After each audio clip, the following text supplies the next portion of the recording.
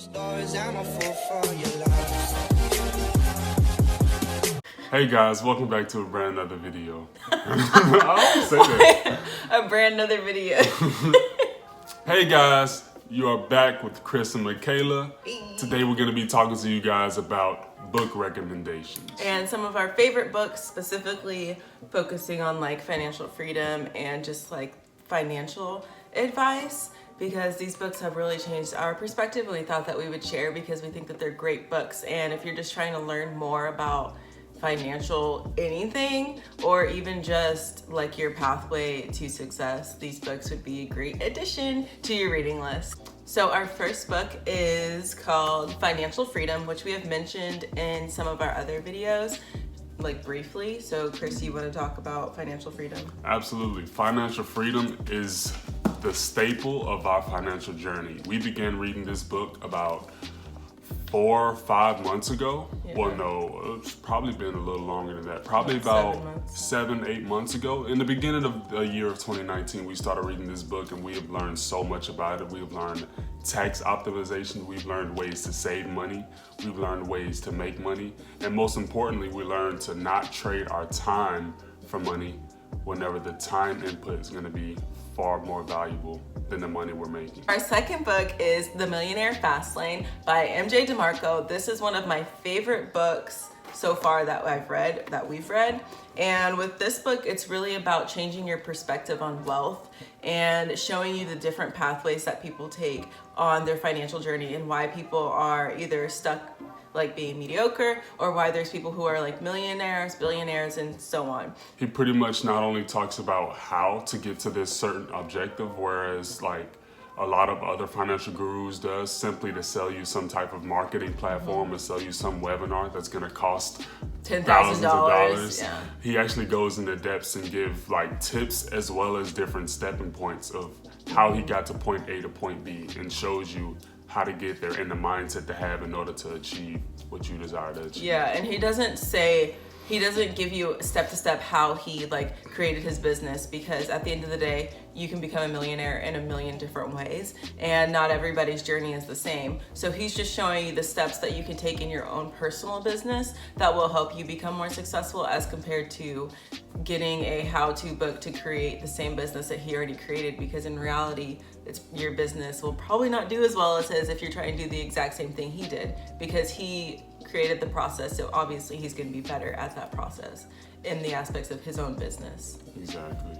But yeah, this is a really good book to change your perspective on wealth, and it really opens up your eyes to how you can become a millionaire and how, you know, it's more focused on the process and not the event of things. So the next book we're going to be talking about, guys, is going to be The 12-Week Year, and it's by Brian P. Morgan. It actually talks about different ways to utilize your time in order to increase your revenue, as well as like achieve certain goals that you would like to achieve, whether or not it's financial. In this book, he also talks about making sure that you don't procrastinate or don't put yourself in the mindset to kind of, you know, make yourself believe that you have a certain amount of time, because in all actuality, you know, tomorrow's not promised. So within this book, he kind of specializes in giving you the mindset to have in order to be able to plan for the future that you want to plan for. Future that you would like Basically, to plan he's for. shortening, you know, in 1 year you have 12 months, and then here you have the 12-week year. So basically you're doing something every week that you plan to do in a month, because most people just procrastinate. And that's what ends up defeating them at the end of the year. And at the end of the year, they're trying to hurry up and reach their goals because they waited so long before they actually attempted it. And this kind of helps to eliminate that and show you that you actually have more time than you think you do have. Yes, and at the end of the day, any product that is rushed, any business that is rushed, is not going to be able to reach its full potential, never. So in that book, he actually gives you steps in order to, you know, put yourself in the mindset to utilize your time wisely. So it just gives you a different outlook on your time, because a lot of people say, I don't have time to do this, but actually when you read this book and like lay out your plan, you realize that you do have time to fit things that you want to fit into your schedule. These books actually reminds me of this scripture in the Bible that says money is the root of all evil. And that kind of brings me to one of the, you know, top selling books of all time that I would like to talk about a little bit, and it's the Bible. I feel like it's important to actually understand that when it comes to your finances, I really don't think you should let that take control of your life. It's good to, actually implement the strategies that are in these books in order to gain more, wisdom and knowledge about finances, but don't let it control you. Don't let it be the, main thing that you talk about every day. Don't let it control your life.